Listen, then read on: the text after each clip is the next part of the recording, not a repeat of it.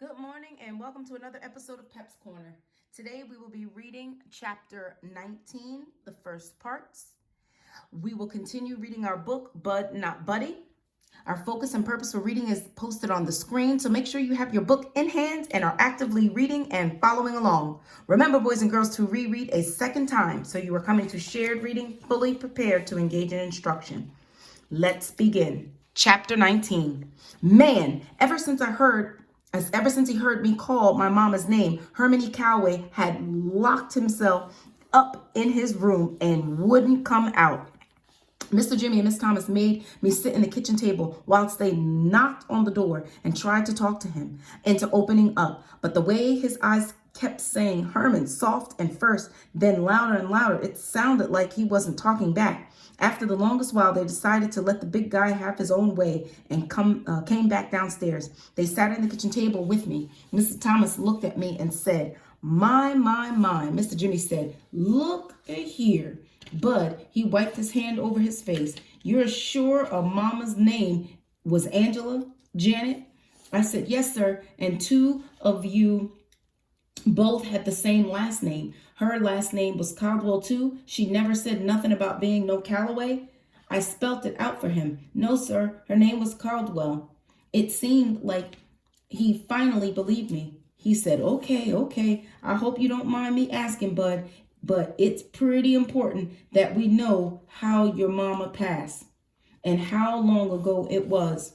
Past was just like gone. It was another one of those words grown folks use instead of dead. I said, I was 6 years old when it happened, sir. I don't know why. She was too sick to go to work for 6 days in a row. Then one morning when I went into her room, she was dead. When she didn't suffer or nothing. It happened real quick.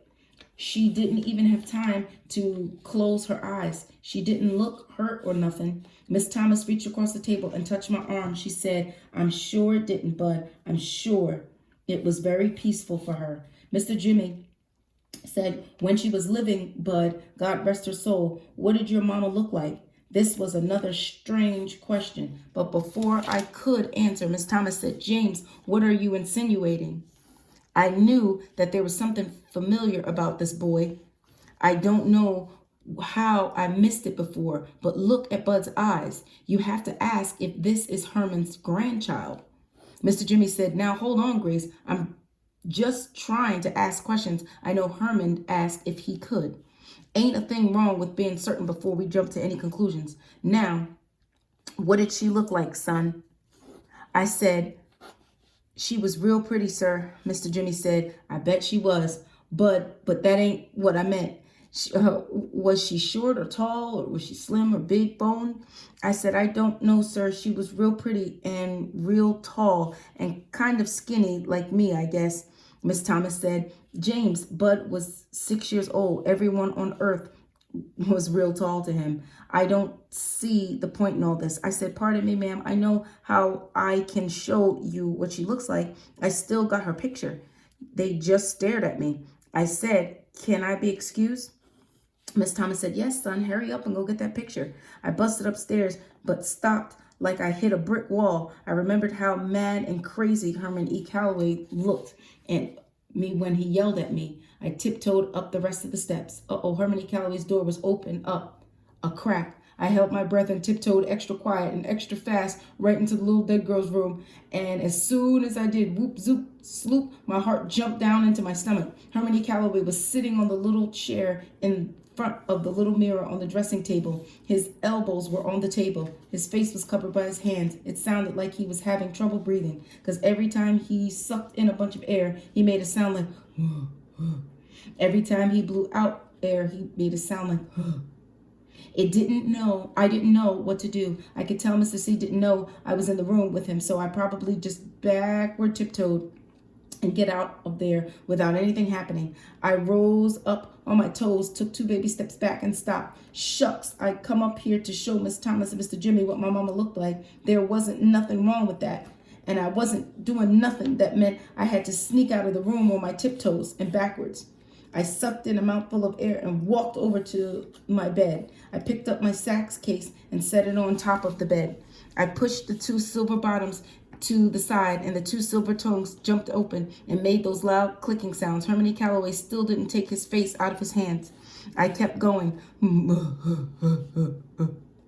I reached inside my axe case and took out the envelope with Mama's picture in it. I closed the two silver tongues again, and I could tell that Mr. C wasn't paying any attention and no mind me at all. He kept his face in his hands. His head was rocking up and down real slow, sort of like he was checking to see how much it weighed. I put my sax case back next to the bed and was about to leave when I looked over at Hermione Calloway's back.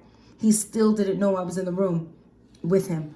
I looked in the little round mirror and still couldn't see his face, but I could see his hands a lot better. I could see his 6 little trails of water coming out of them between where his fingers joined up with his hands.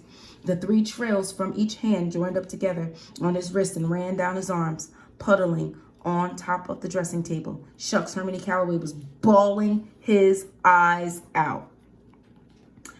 He was acting like me being his grandson was the worst news you could ever give in your life. This was number 39 of Bud Cowbell's Rules and Things to Have a Funner Life and Make a Better Liar Out of Yourself. Rules and Things number 39. The older you get, the worse something has to be to make you cry.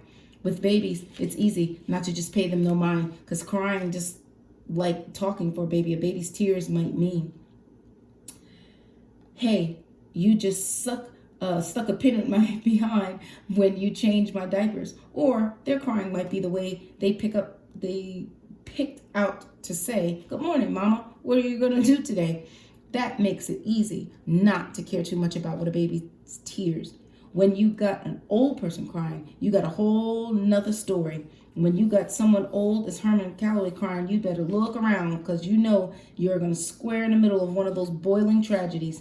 You can't help but feel sorry for him, even if he's been so mean to you from the first minute, the first time you laid eyes on him, even if he's crying because he found out the two of you were kin.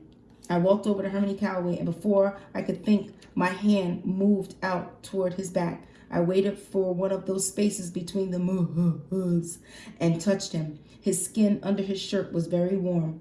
It took a second for Hermione Calloway to know someone was touching him. When he knew, I felt his skin jerk and twitch the same way a horse does when hands lands on it. He whipped his head around. When he saw it was me, he jerked away, took one more giant and stared. His mouth started moving like he was talking in a secret language that only dogs could hear. At last, real American words started coming out of his mouth. He said, I'm so, look, buddy, I just, it's Bud, sir, not buddy. He put his face back in his hands and broke down all over again. Man, it's a good little thing that Thug wasn't around, because if he heard the way Mr. C was weeping, no one would have wondered who the real Waterworks Willie was. But I put my hand back on Mr. C's shoulder and patted him and rubbed him a couple of times. Then he left the room. It felt a lot better going out frontwards instead of sneaking out backwards. I ran down the steps back to the kitchen. Mr. Thomas's and Mrs. Jimmy's eyes jumped right onto my envelope.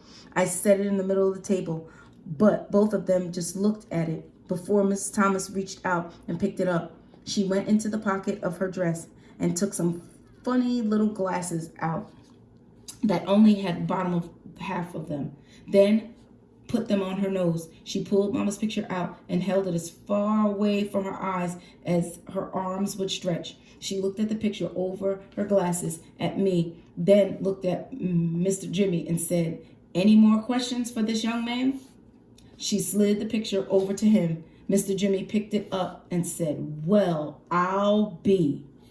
Remember that old con man who used to drag that green horse through town? Now, what was his name? Help me out, Grace. Help me out here, Grace. Didn't he call his act Joey Pegas and his broke back bronchi bucko?" Miss Thomas said, "It was Joey Pegas and his broke back bucky bronco, James. What else do you see in the picture? Jimmy said, uh-oh, that's definitely Angela Calloway. He looked at me and said, you sure this is your mother? I said, yes, sir, but her name's Caldwell, not Calloway. He said, well, I'll just be. Mrs. Thomas butted in. There's little doubt about that. James, but what do we have got to do? She kept on talking, but I quit listening because something just came out of the blue and gave me a good whoop right on my forehead. Without even thinking about what I was doing, I butted in on Miss Thomas and said,